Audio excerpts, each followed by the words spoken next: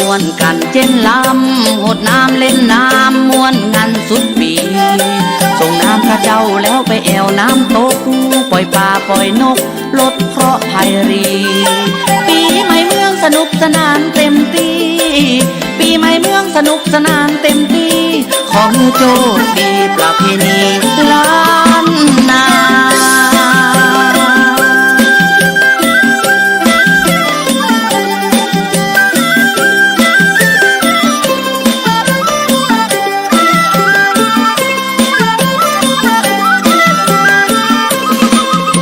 เอื้องเพิ่งเริ่มบานแถมแล้วนั่นคือปีใหม่แก้วมาฮอดมาเติมหนุ่มสาวแอวหดน้ำกันคนเฒ่าโบราณเพื่อซับยันลองเจอสนุกสนานเล่นน้ำกันเพลิดเพลินสนุกสนานเล่นน้ำกันเพลิดเพลินมันหยั่งมาเฟิงปีใหม่พื้นเมือง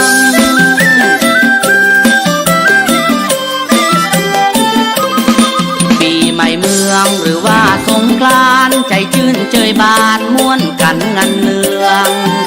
เข้าวัดก่อเจดีย์ทรายทำบุญเอาไว้ชีวิตจะรุ่งเรืองปีใหม่สงกรานต์บ้านเฮาลือเรื่องปีใหม่สงกรานต์บ้านเฮาลือเรื่องแต่งตัวปื้นเมืองเอาดอกมะลิห้อยคอ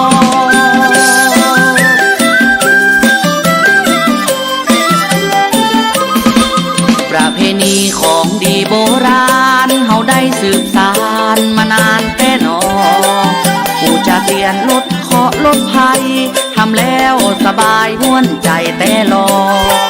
ไว้เอาพรครูบาและแม่ปอไว้เอาพรครูบาและแม่ปอยกมือขึ้นยอขอให้โชคดี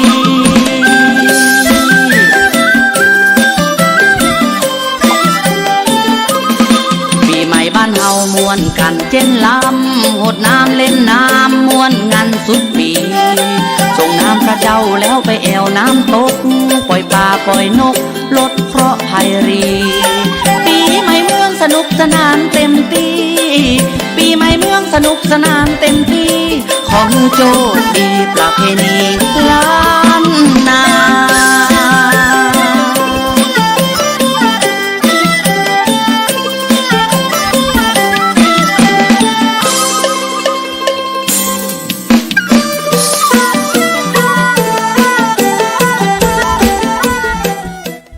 ขอถวายความเคารพพระมหาเถรานุเถระครูบาสังฆเจ้าทั้งหลายจุตนเจ้าองค์เจริญสุขเจริญธรรมสาธุชนทุกท่านที่ได้สดับรับฟังธรรมะทางสถานีวิทยุวัดฝ่ายหินมหาวิทยาลัยเชียงใหม่วันนี้ในคลื่น FM 104.50 เมกะเฮิรตซ์หรือ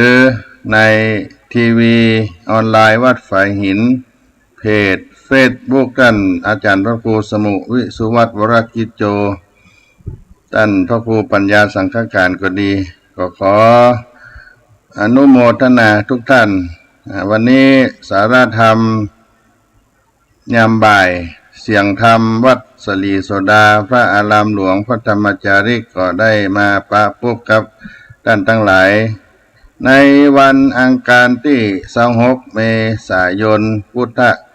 ศักราช 2565ในวันนี้อากาศก็ยังอบอ้าวกันอยู่ใจน้ำเป็นสื่อทำเมื่อความจุ่มความเย็นวันนี้ได้มีโอกาสไปจัดงานประเวณีปีใหม่เป็นสงฆ์ไปเจริญพระพุทธมนต์ไปอำนวยอวยพรปีใหม่ที่โครงการต้นน้ำห้วยแก้วติดกับสวนสัตว์มหาวิทยาลัยเชียงใหม่ด้านหลังก็เป็นอ่างแก้วหรืออ่างน้ำในมหาวิทยาลัยเชียงใหม่เพิ่นก็มีพิธีการสักการะบูชาคุณหลวงวิลังกะ วิลังกราชราชาเป็นพญาแห่งลั่วทั้งหลายและก็ได้มีการส่งน้ำพระการดำหัวข้าราชการต้นน้ำ8 หน่วยในบริเวณเวียงเชษฐบุรีในอดีตเป็นเวียงลั่วซึ่งก็มีหลักฐานกำแพงดินมีคือน้ำยังคงเหลือไปถึงมหาวิทยาลัยเทคโนโลยีราชมงคลล้านนาก็เป็นเวียงเก่าแก่ของหมู่ลั่วทั้งหลายวันนี้ได้มีโอกาสไปร่วมเป็นพระสังฆพิธีกรรมในประเพณีปีใหม่สงกรานต์ญาติโยมทั้งหลายเพื่อนก็ได้เอาพระพุทธรูปหรือว่าพระเจ้าเอามาตั้งมาให้ผู้บริหารหน่วยงานราชการที่ทำงานตั้ง8 ศูนย์ต้นน้ำในจังหวัดเชียงใหม่มารวมกันเจริญพระพุทธมนต์น้ำก็มิ้นส้มปล่อยก็สละสลงพระพุทธรูปเจ้าก็ถือว่าเป็นประเพณีแต่โบราณเหมือนกันการส่งน้ำพระพุทธรูปของเจ้าล้านนามีมาแต่โบราณที่เขาเรียกกันว่าดำหัวพระเจ้าก็จะทำกันในช่วงปีใหม่วันสังขารล่องเป็นต้นวันสังขารล่องวันที่13 เมษายนมาแต่ว่าหน่วยงานราชการบ่ได้พร้อมบ่ได้เปียงกันด้วยเหตุ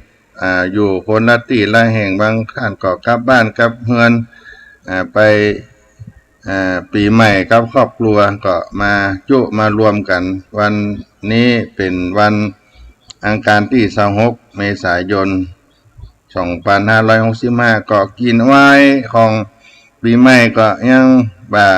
ซาเด้อก็ยังคุ้นยังหนัวกันเพิ่นก็ใส่ผ้าใส่ครัวแบบพื้นเมืองมีดอกมะลิห้อยคอมีดอกไม้ที่เป็นดอกเมืองน้ำขมิ้นส้มปล่อยต่างๆนานาในพิธีการส่งน้ำพระเจ้าใจน้ำขมิ้นส้มปล่อยแต่ว่าก็ได้ไปเรื่องน้ำขมิ้นส้มปล่อยเอาใส่สลุงใส่ขันใส่สลุงเอาฟักส้มปล่อยที่เราเอาจี่แล้วก็ทำให้กลิ่นมันหอมก็เอาใส่ลงไปเอาใส่ไก่สอน ดอกคำผงดอกสาลาปี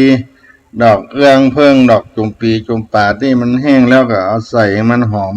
เป็นน้ำ สุกันโทน้ำสุกันโททกะสุกันทะของหอมเอาส่งน้ำพระเจ้าเพิ่นเอาตั้งไว้ที่ควงในเวียงเชษฐบุรีเก่าหั่นที่ศูนย์ต้นน้ำเมื่อแก้วก็ได้ส่งน้ำพระเจ้าหลังจากอบรมสมโภชน้ำอบน้ำหอมกันแล้วเจริญพุทธมนต์ก็ได้มีโอกาสน้ำขมิ้นส้มปล่อยแล้วก็ใจสงฆ์อาบน้ำดำหัวพระเจ้าเป็นมังกรปีใหม่ที่ได้ทำกันในวันนี้แล้วก็เป็นมงคลกับหน่วยงานจัดการต้นน้ำของจังหวัดเชียงใหม่ที่ได้ทำมีการดำหัวผู้อำนวยการใหญ่ที่เป็นประธานแล้วก็หัวหน้าส่วนจัดการต่างๆ8 แห่งอยู่ในที่นั้นก็มีการลดน้ำดำหัวขอโจกขอพรกันเพื่อเป็นมังกรและก็เพื่อได้เป็นการขอขมาลาโทษประจำปีใหม่ได้อาบน้ำดำหัวพระเจ้าก็เป็นพระนาบุญกุศลเหมือนกันญาติโยมที่อานิสงส์ก็เกิดขึ้นในธรรมที่เพิ่นกล่าวไว้ว่าอานิสงส์การสละสลงน้ำพระเจ้าหรือดำหัวพระเจ้านี้ก็มีเรื่องในอดีต ตการเมื่อครั้งองค์สมเด็จพระสัมมาสัมพุทธเจ้าพระองค์ได้ประทับอยู่ที่เชตวนารามพระเชตวันพระเจ้าประเสนาธิโกศลเป็นกษัตริย์เมืองสาวัตถีแห่งนั้นพร้อมด้วยบริวารทั้งหลายก็เข้าเฝ้าพระพุทธเจ้าเสด็จพระองค์ก็ได้เสด็จไป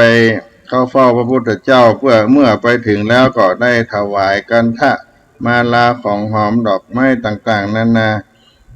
แล้วพระองค์ก็ทูลถามพระสัมมาสัมพุทธเจ้าเมื่อพุทธเจ้าได้เสด็จปรินิพพานไปแล้วคนทั้งหลายที่ได้สลงน้ำพระพุทธรูปก็ดีมหาธาตุมหาเจติยะก็ดีไมสลีมหาโพธิก็ดีภิกษุสงฆ์ก็ดีได้รับอานิสงส์เป็นอย่างใดพระพุทธองค์ก็ได้ตรัสตอบแก่พญาพระเสนาธิโกศลอาจารย์ว่าคนทั้งหลายยิ่งใจเสนาอำมาตย์ขหัสปอกกล้าคนมั่งคนมีคนทุกข์คนยากคนจนทุกคนควรที่จะได้กระทำปล้ำปริงทำบุญบุคคลใดก็ดีได้สลงน้ำพระพุทธรูปดำหัวพระเจ้าไม้สลีมหาโพธิมหาธาตุเจดีย์ภิกขุสังฆะนั่นก็มีอานิสงส์มากนักเมื่อยังต้องเที่ยวไปในวัฏสงสารก็จะมีอานุภาพมากบุคคลที่ได้สลงน้ำดำหัวพระพุทธรูปเจ้านั้นบอกว่าจะเกิดในชาติใด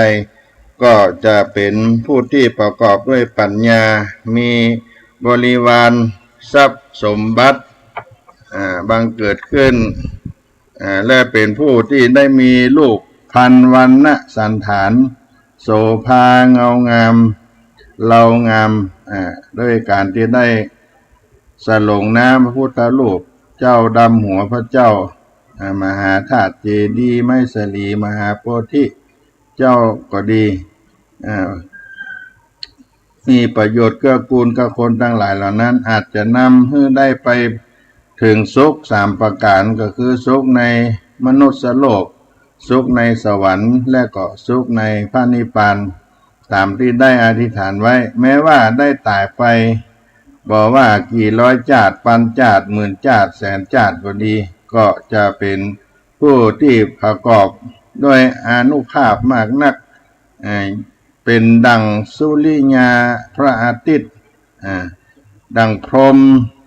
เศรษฐีพระเจ้าจักรพรรดิราชา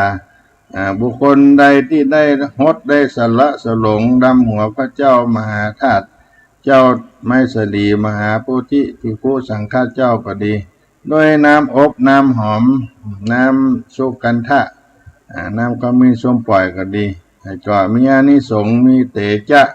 เสมือนดังพระอาทิตย์ได้ไปเกิดที่ใดก็ดีก็จะเป็นผู้ที่ได้รับการสักการะบูชามีอายุยืนยาวสุขสำราญจุเมื่อตายไปก็ไปจุติในสวรรค์ที่สวรรค์ชั้นฟ้าก็จะผ่าเสดกว่าเทวดาทั้งปวงและเมื่อจุติกลับมาเกิดในมนุษย์โลกก็จะได้เป็นพระเจ้าจักรพรรดิในสกุลจุมพูทวีปบุคคลทั้งหลายเหล่านั้นย่อม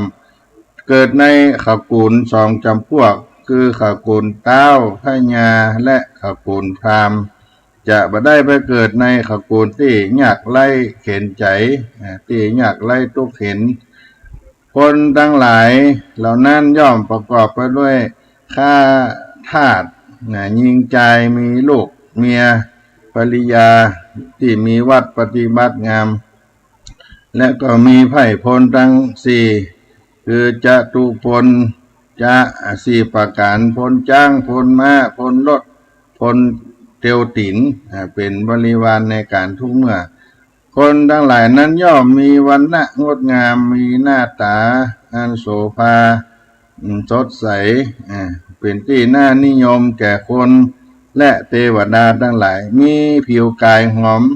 กลิ่นปากหอมประดุจดังดอกบัวปราศจาก โลกาพญาธิทั้งหลายเป็นต้นว่าโลกเงื่อนโลกง่อยเป็นผิวปูดโป่งเป็นไอเลือรังก็ดีประกอบไปด้วย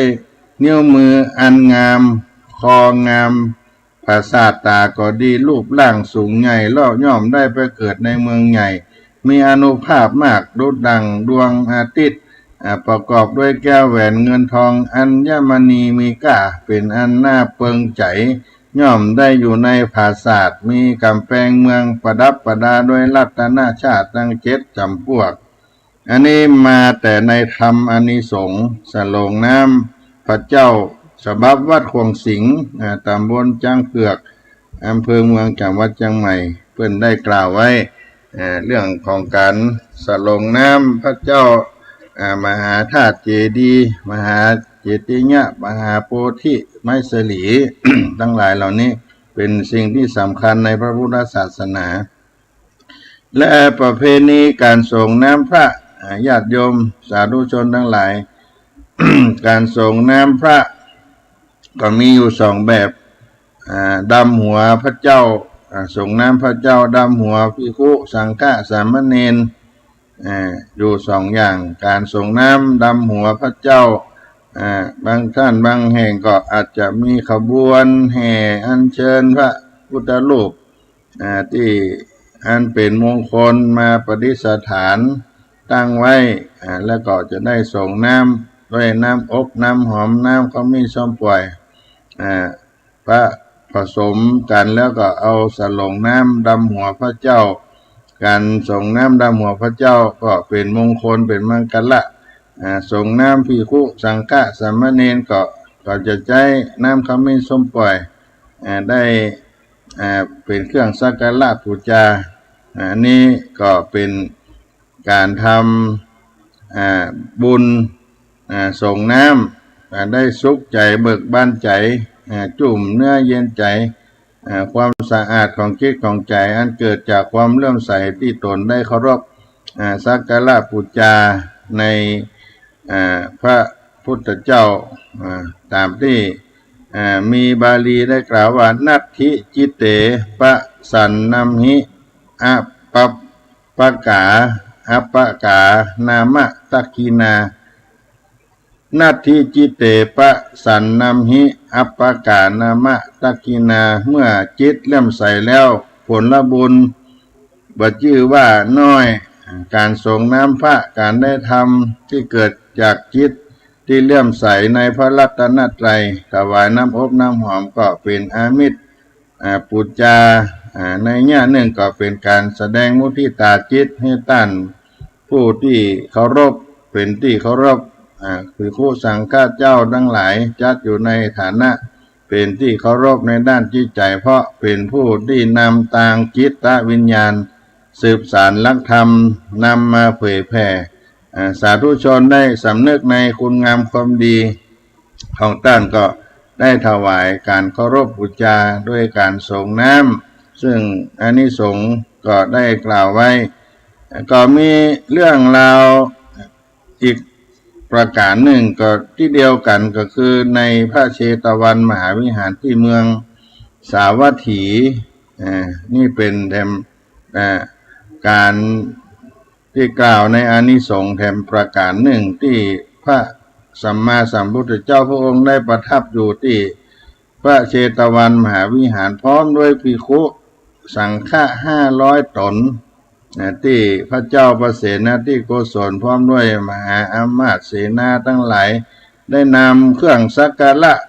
ทั้งหลายเข้าไปสู่พระเชตวันมหาวิหารถวายอภิวาทไหว้วันตาแก่องค์สมเด็จพระสัมมาสัมพุทธเจ้าแล้วพระองค์ก็ประทับนั่งที่อันควรแก่ตนแล้วก็ได้ไหว้สาถามพระสัมมาสัมพุทธเจ้าว่าพันเตข้าแต่พระองค์ผู้เจริญอันบุคคลใดได้ทำสักการะสลงเทลาพิเศษแก่สังฆะด้วยใจเลื่อมใสศรัทธาจะได้อานิสงส์เป็นอย่างใดองค์พระสัมมาสัมพุทธเจ้าก็ได้ตรัสตอบแก่พระเจ้าพระเสนาธิโกศลว่าดูลามหาราช บุคคลใดมีความเชื่อในคุณพระรัตนตรัยทั้งสามประการเมื่อปรารถนาอันใดก็จะสมความมุ่งมา่ปรารถนาทุกประการการทำเถราพิเศษกนี้ได้ทำการสืบมาในครั้งพระพุทธเจ้าก่อนแล้วพระองค์ก็ทรงแสดงสืบต่อไปว่าในการครั้งนั้น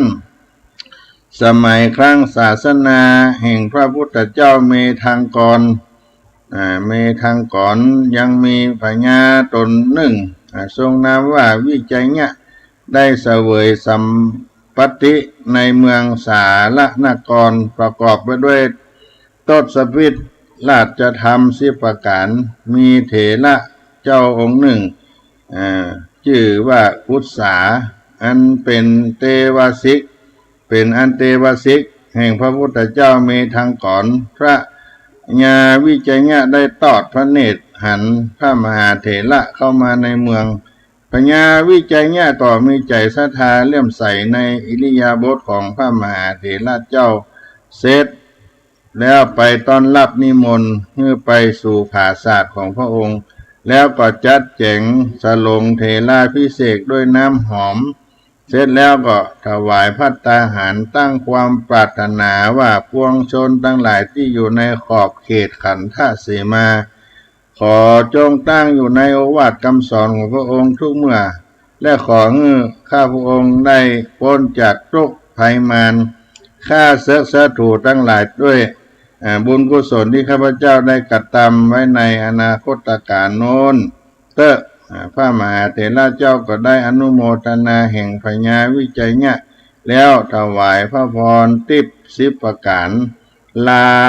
กลับไปสู่สำนักแห่งพระมหาเถระเจ้าพญาวิจัยเนี่ยได้รับพรแห่งพระมหาเถระแล้วก็ยินดีลื่นเริงบันเทิงใจต่อบุญกุศลของพระองค์ที่ทรงกระทำไว้คันว่าจุติตายจากโลกแล้วก็ไปอุบัติอยู่บนสวรรค์จันตุสิตะพิภพมีวิมานคำสูง22 โยชน์มีนางเทพอัปสร100,000เป็นปริวารคันสิ้นชีวิตชีพแห่งเทวบุตรแล้วก็ไปเกิดเป็นพระเจ้าสิริตะเสริมสร้างบารมีให้แก่กล้าขึ้นไปได้มาเกิดเป็นพระตถาคตแห่งเราในบัดนี้แลนี่ก็เป็นเหตุสำคัญที่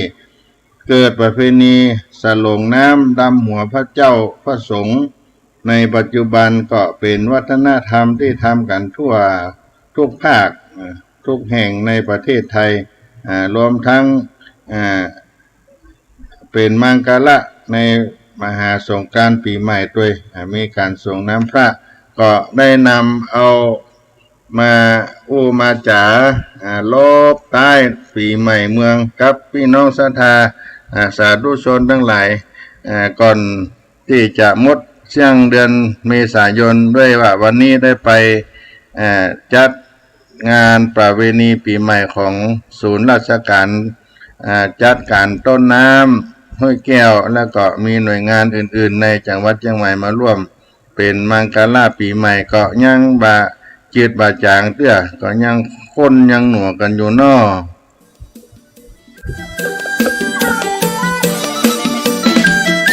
ปีเก่าผ่านแล้วปีใหม่แก้วมาถึง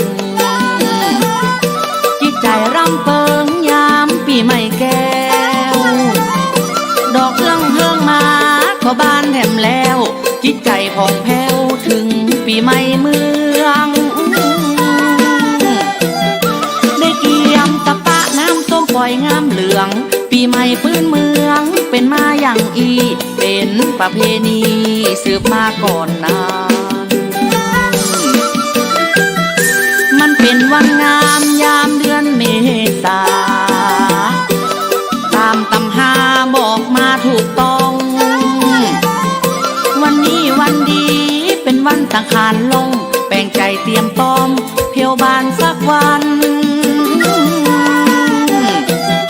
ยิงปืนเดือดเต้าไล่คุณสังขารเพียวเงินเพียวจานมาป้ากันแอวมัวสาเก้าดำหัวทำตัวเรียบร้อยกันว่ามันถึงวันเน่านั้นนา ข้าวต้มเกี๊ยมจีนเกี๊ยมปลา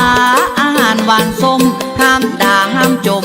ทำตามที่ทอยโบะหน่วยบะเป้าขูดคือเป็นฝอยเอาจีนมาซอยกบแกงห่อหนึ่งปีใหม่มาถึงมาเติงแหมแล้ววันขยาวันเกียมเข้าเกียมป่าตานขันเข้าคูบาไปสากราบไว้ขันเข้าขันป่าปิดาเอาไว้เข้าตอกดอกไม้สืบผ่านโดยแนวปีเก่าผ่านไปปีใหม่มาแผ่วซื้อพี่ตัวแนวส่งน้ำพระเจ้าประเพณีเฮาเป็นมาแบบอีต่อจากนั้นไปสะเก้าดำหัวเกียมผ้าเกียมครัวไปดำหัวคนเฒ่าพ่อแม่ครูบาอาจารย์เป็นเก้าฮับปอนคนเฒ่าตั้งเก้าสักปีปากันเล่นน้ำชุ่มช่ำสุขีเป็นประเพณีของที่เก่าเกลือปีใหม่เมืองเหนือม่วนเหลือยิ่งลำ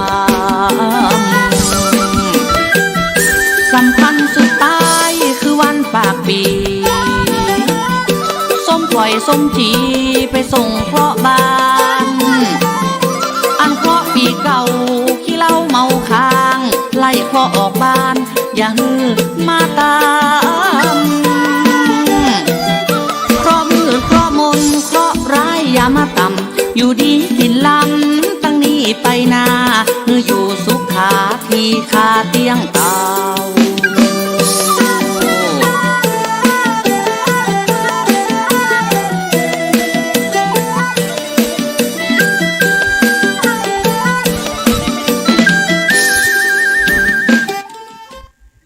ก็เป็นบรรยากาศเสียงเพลงปีใหม่เมืองของเอ็ดดี้ตลาดแตก เอามาเปิดในพี่น้องท่านฟังได้หายฮ้อนอากาศมันฮ้อนเนาะฟังแล้วก็หายฮ้อน อู้ถึงเรื่องส้มปล่อยในการได้เป็นน้ำสุกันโทตกะอัมพิโลตกะส้มปล่อยนี่ก็เป็นพืชมงคลแห่งประการหนึ่งที่คนล้านนาของเราเอาใจในประกอบพิธีกรรมต่างๆการลดน้ำดำหัวได้อุจจาพระเจ้าที่ตามที่ได้กล่าวไว้คนล้านนาของเราเพื่อก็ยังมีตะวาได้อู้เรื่องคาถาเสกส้มปล่อยวันนี้ก็จะเอามามาเล่าให้ฟังส้มปล่อยถึงแม้จะมี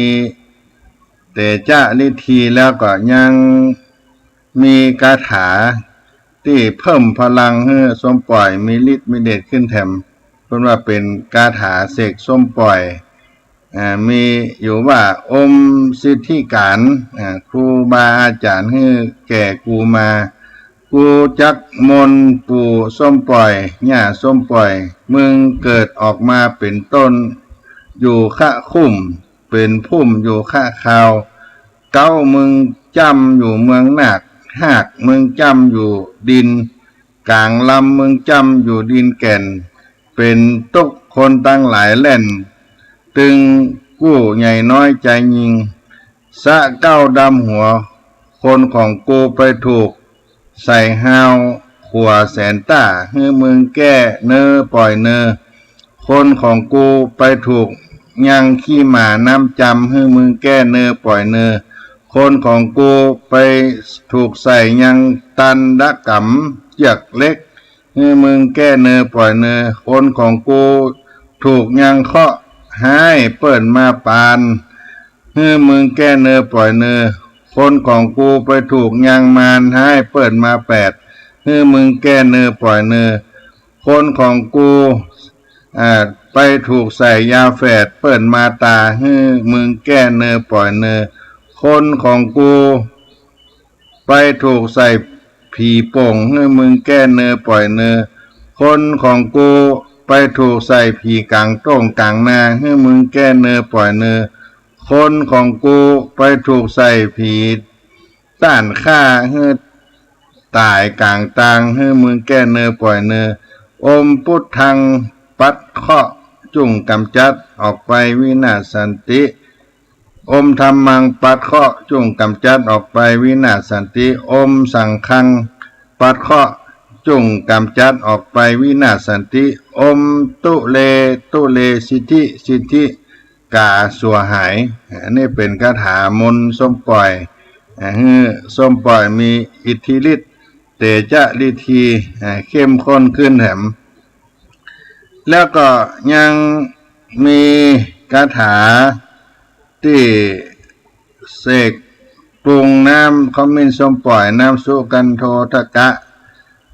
ครับไล่เสนียดจังไรที่คนล้านนาของเราเอาเป็นมังกละ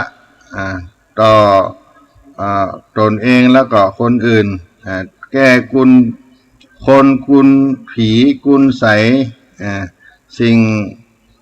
ตั้งหลายต่างๆนั้นนะไล่ผีสางพูดพายปีศาจนำเอาหญ้าคาก็ดีใบมะยมก็ดีใบหนาดหนามมากวนน้ำมนต์แล้วก็บริกรรมคาถาส้มปล่อยหลวงพูดว่าองค์การส้มปล่อยหลวงก็มียาวเหมือนกันเนอะสถานเนอะอาตมาจะว่าสถาฟังที่เปิ้นเอามาเพิ่มพลังศักดิ์สิทธิ์ของส้มปล่อยเป็นน้ำมนต์ที่ใจอาบใจแก้ต่างๆนานาคาถาส้มปล่อยหลวงมีอยู่ว่าอมปล่อยมหาปล่อยอมกูจักมนปู่ส้มปล่อยหญ้าส้มปล่อยแต่ก่อนมาหลังมึงอยู่ป่ายฝากฟ้าจักรวาลบัดนี้มึงลงมาเป็นต้นสลายป่ายมึงถึงเมืองนาคกลาด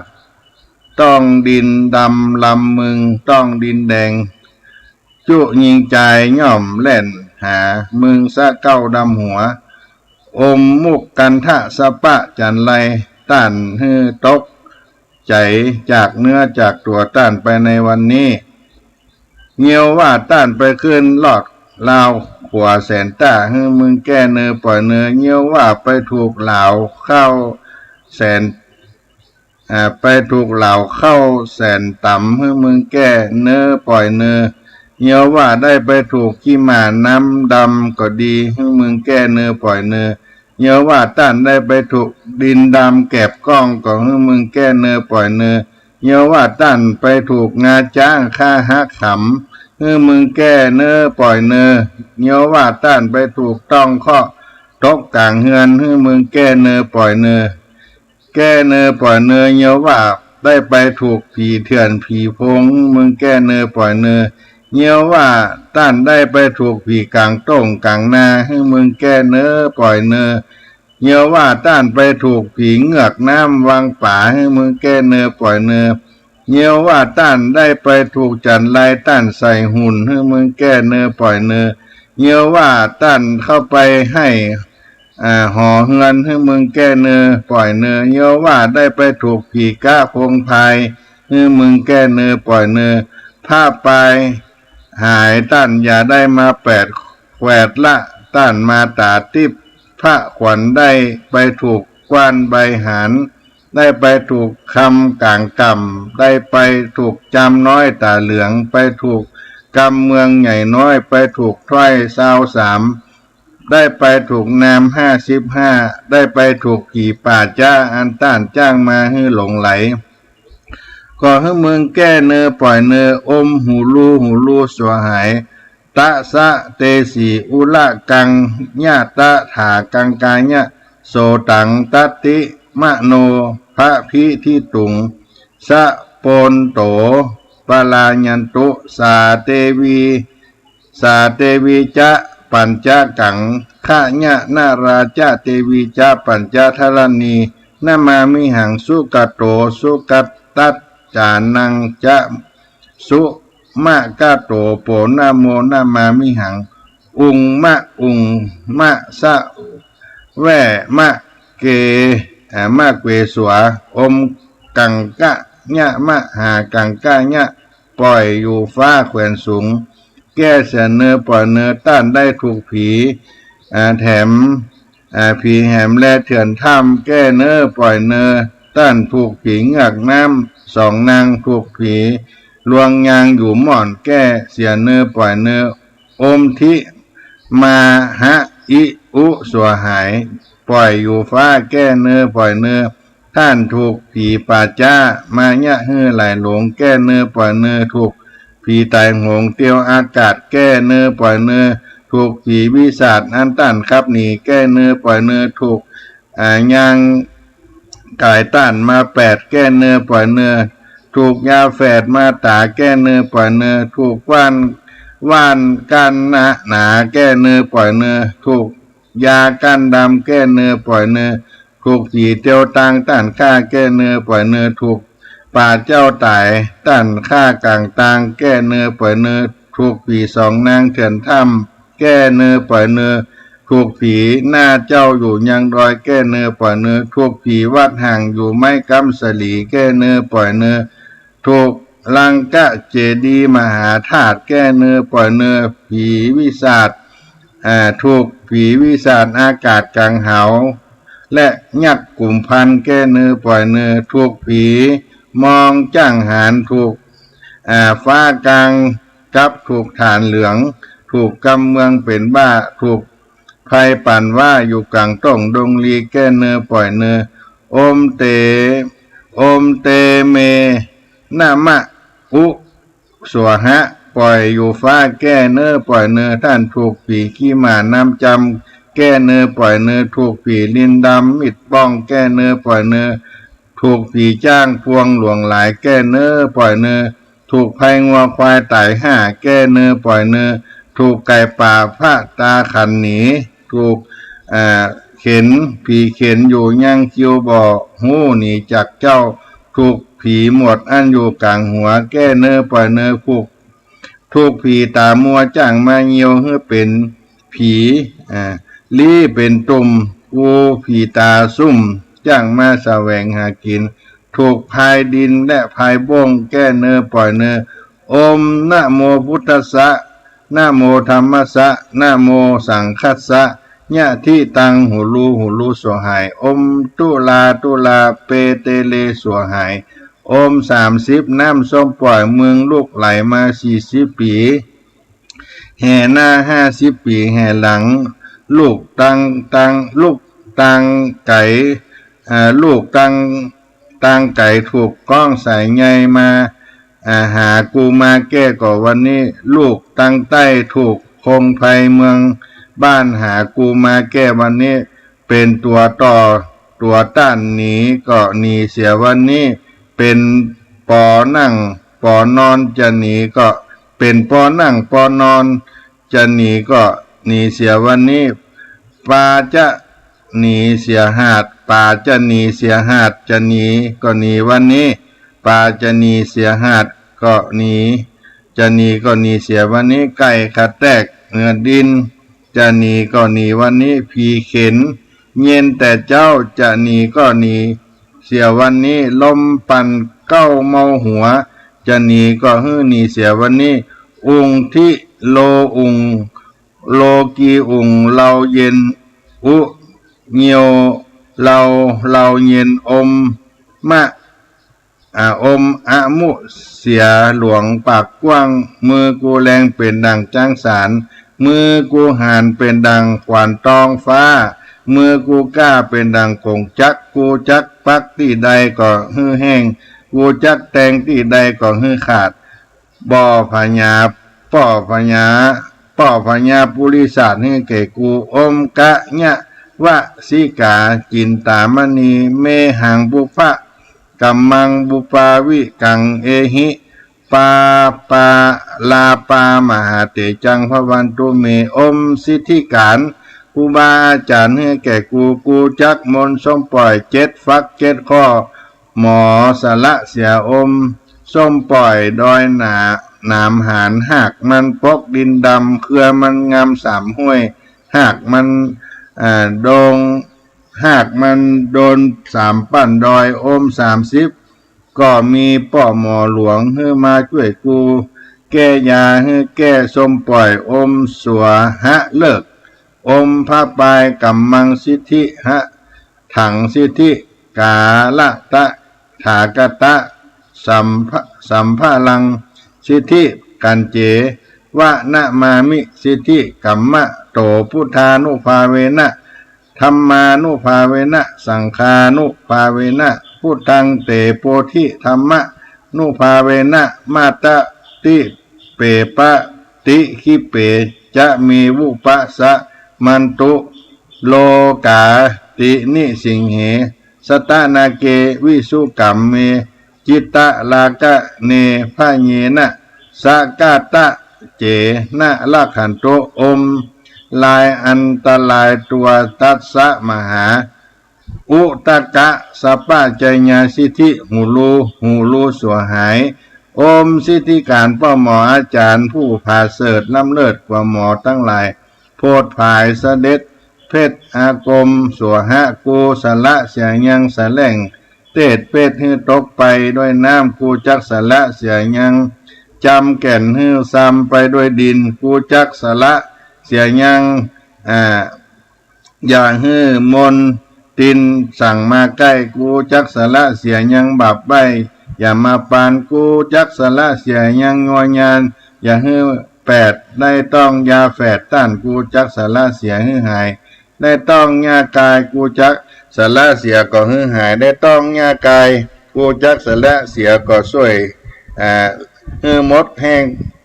ไข่ป่งหูแควนไข่บ่หูแควนกูจักแก้เสียเย็นเจ็ดอยู่แก่นหูถูกกรรมต้านทรงตนกูจักแก้เสียเป็นคนชื่อป่อแรกกูจักแก้เสียบ่งออกกูจักแก้เสียผีมักหับออกมัก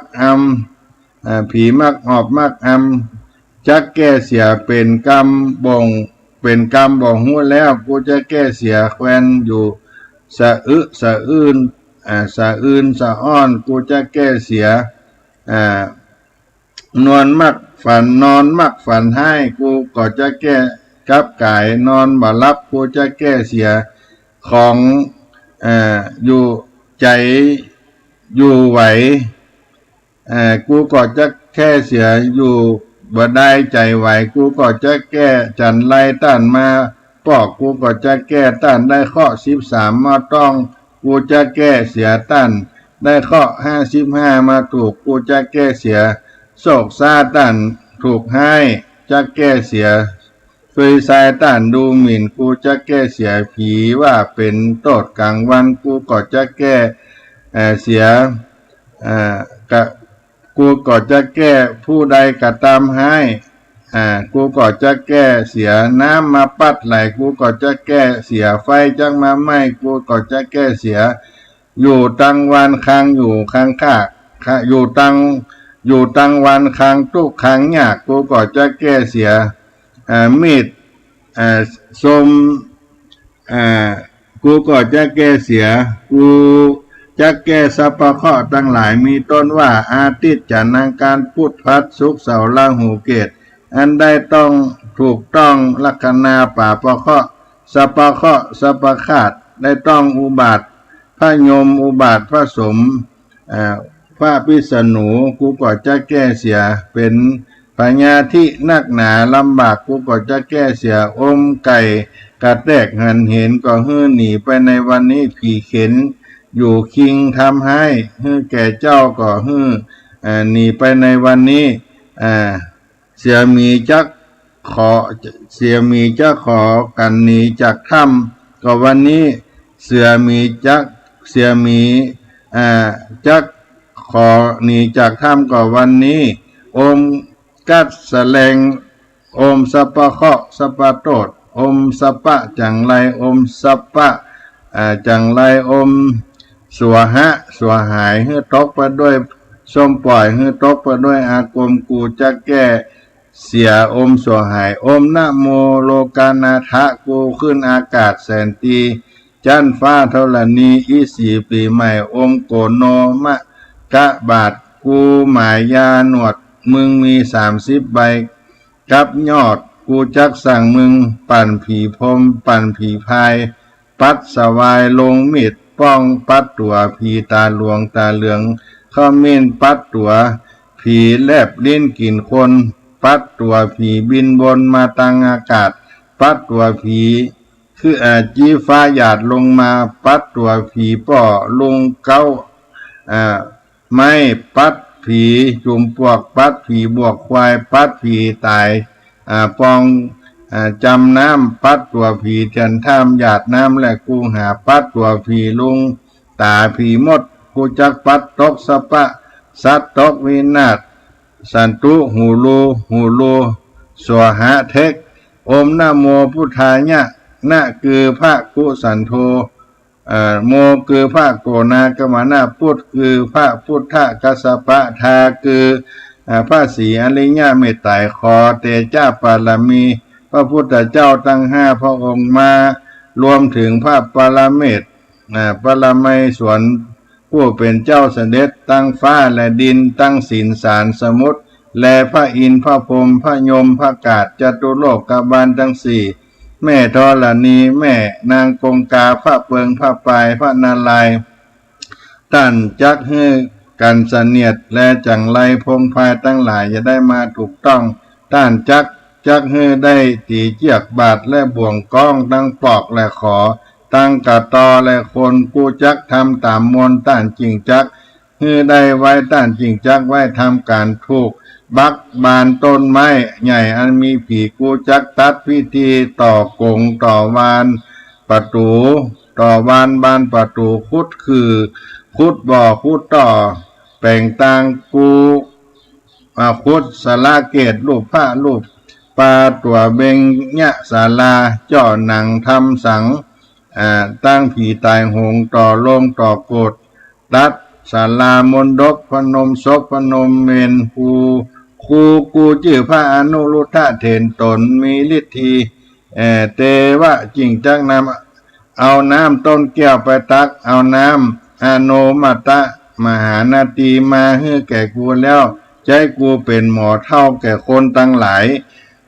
เอาไปลดงัวลดควายลดจ้างลดม้าลดคนเป็นบ้าอยู่กลางเมืองลดคนเหงาหาวนอนลดคนถูกต้องที่ก่อนเธอจุงเสด็จจักคือขำถูกลดพักลดผ้าลดเข้าในนาลดพักลดแพงลดแต่งลดเต้าลดเข้าข่ากล้วยอ้อยม่วงฝางลดเข้าในยุ่งในสางลดนางผู้ได้หายใจอันยากลดหมากลดปูลดงูขึ้นเฮือนงูเหลือมขึ้นห้านซัดเถื่อนเข้าบ้านแห้งใจแห้งจับหลังคาลดเขี้ยวลดงาอันเป็นหน้าที่ก่อนเธอจึงจักเอาต้นไปต่อต้นเอาป่ายไปต่อป่ายเก้ามันฝากจิ้มผ้านาลายป่ายมันฝากจิ้มแม่ธรณีอมนะโมพุทธกำจัดออกไปอมนะโมธรรมะกำจัดออกไปอมสังโฆกำจัดออกไปหูรู้สหายนี่ก็เป็นคาถาส้มปล่อยหลวงได้นำเอามาฝากพี่น้องท่านทั้งหลายในวันนี้ก็ถือว่าได้เอาของเก่ามาเล่ากันใหม่เนาะได้ฟังอาจจะเป็นบางโยชนะครับท่านทั้งหลายที่เคยได้ใจน้ำขมิ้นส้มปล่อยได้เป็นน้ำมนต์อาบให้ลูกให้หลานให้ญาติพี่น้องที่ได้ถูกต้องสิ่งที่บดีบางามขึ้นมาวันนี้สาระธรรมของ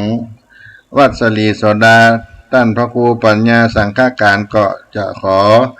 ล่ำลาพี่น้องท่านผู้ฟังไว้เพียงเท่านี้ก่อนจะได้ก็ขอให้พี่น้องทั้งหลายได้มีสุขกันทั่วหน้าจัตตาโลธรรมาวัฏันติอายุวันโนสุขังปะลัง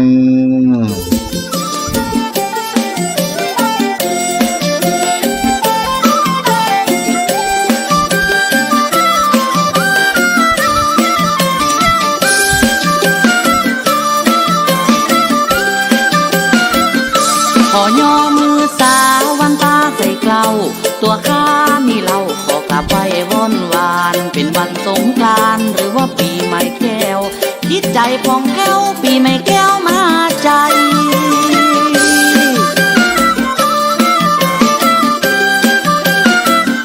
หมู่เฮาตั้งหลายยิ่งใจหนุ่มน้อยเตรียมขันดอกซอยนำส้มปล่อยมาลาเพื่อขอขมาดำหัวผู้เฒ่าประเพณีก่อนเก่าที่เฮาเคยทำ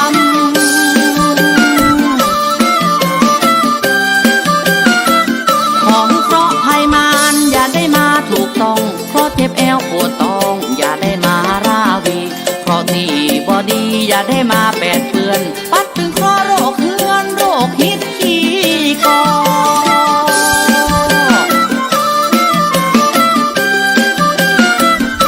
ถึงข้อเจ็บคอหนาวเย็นเมื่อยไข้ข้อเจ็บข้อไม่จงอย่าได้มาจนเพราะที่กังวลอย่าได้มาถูกเจ้าคือพ่อเฒ่าแม่เฒ่าอยู่ดีสบาย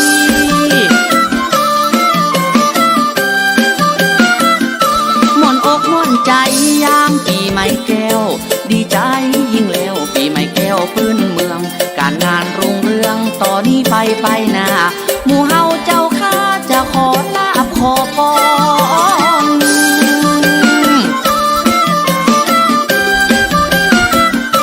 ยามหลับยามนอนมีความสุขจืนสู้ยามกินยามอูมีแต่ความสำราญเงินเขาของเงินคำมีสมบัติเต็มบ้านมีเงินแสนเงินล้านไหลเข้าบ้านมา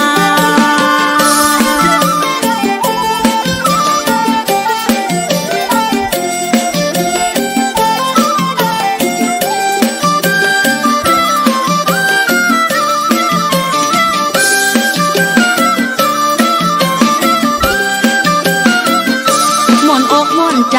ยามปีใหม่แก้วดีใจยิ่งแล้วปีใหม่แก้วพื้นเมืองการงานรุ่งเรืองต่อนี้ไปหน้าหมู่เฮาเจ้าข้าจะขอลาบขอพร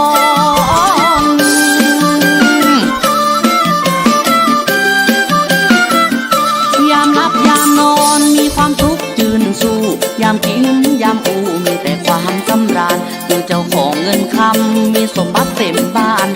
มีเงินแสนเงินล้านไหลเข้าบ้านมา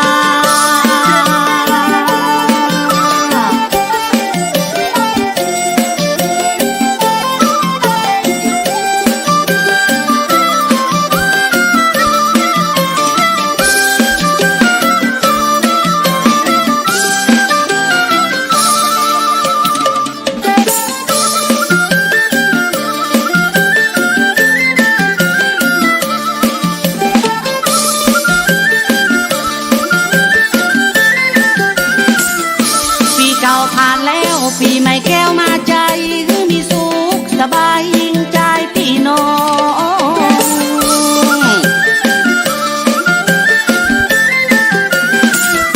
เพราะหามยามตัวยอย่าได้มาตัวยต้องขอพี่ขอน้องอย่าได้มากายเคาะเมื่อคืนมาหันเคาะตะกันเหี้ยมโหดเคาะปลาพิษเป็นโตดอย่าได้มาใจเคาะบดีประดับตัว